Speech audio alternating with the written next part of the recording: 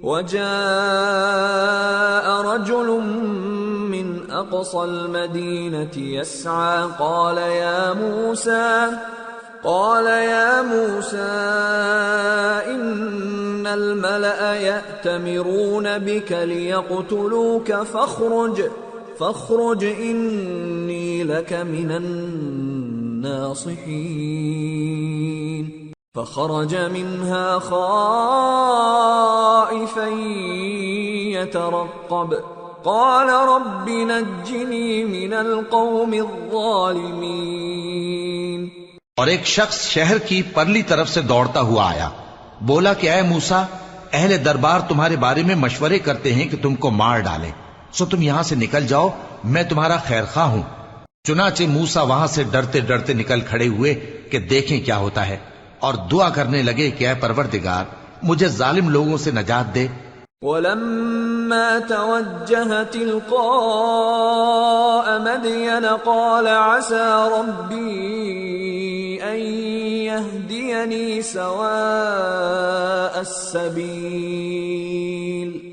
وَلَمَّا وَرَدَ مَاءَ مَدْيَنَ وَجَدَ عَلَيْهِ أُمَّةً مِّنَ النَّاسِ يَسْقُونَ وَوَجَدَ مِن دونهم امرأتين تذودان قال ما خطبكما قالتا لا نسقي حتى يصدر الرعاء وأبونا شيخ كبير۔ اور جب انہوں نے مدین کی طرف رخ کیا تو کہنے لگے امید ہے کہ میرا پروردگار مجھے سیدھا رستہ بتائے۔ اور جب مدین کے پانی کے مقام پر پہنچے تو دیکھا کہ وہاں لوگ جمع ہو رہے اور اپنے مویشیوں کو پانی پلا رہے ہیں،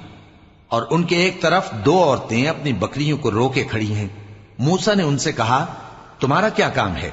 وہ بولی کہ جب تک چرواہے اپنے جانوروں کو لے نہ جائیں ہم پانی نہیں پلا سکتے، اور ہمارے والد بڑی عمر کے بوڑھے ہیں۔ فسقى لهما ثم تولى إلى الظل فقال رب إني لما أنزلت إلي من خير فقير فجاءته إحداهما تمشي على استحياء قالت إن أبي يدعوك ليجزيك أجر ما سقيت لنا فلما جاءه وقص عليه القصص قال لا تخف نجوت من القوم الظالمين۔ تو موسیٰ نے ان کے لیے بکریوں کو پانی پلا دیا، پھر سائے کی طرف چلے گئے اور کہنے لگے کہ پروردگار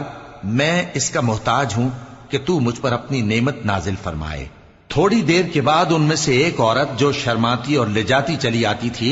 موسیٰ کے پاس آئی، کہنے لگی کہ تم کو میرے والد بلاتے ہیں کہ تم نے جو ہمارے لیے پانی پلایا تھا اس کی تم کو اجرت دیں۔ پھر جب وہ ان کے پاس آئے اور ان سے اپنا ماجرا بیان کیا تو انہوں نے کہا کہ کچھ خوف نہ کرو، تم ظالم لوگوں سے بچ آئے ہو۔ قالت إحداهما يا أبت استأجر إن خير من استأجرت القوي الأمين قال إني أريد أن أنكحك إحدى ابنتي هاتين على أن تأجرني 8 حجج فإن أتممت 10 فمن عندك وما أريد أن أشق عليك ستجدني إن شاء الله من الصالحين قال ذلك بيني وبينك أيما الأجلين قضيت فلا عدوان علي والله على ما نقول وكيل۔ ایک لڑکی بولی کہ ابا ان کو نوکر رکھ لیجئے، کیونکہ بہترین نوکر جو آپ رکھیں وہ ہے جو توانا ہو، امانت دار ہو۔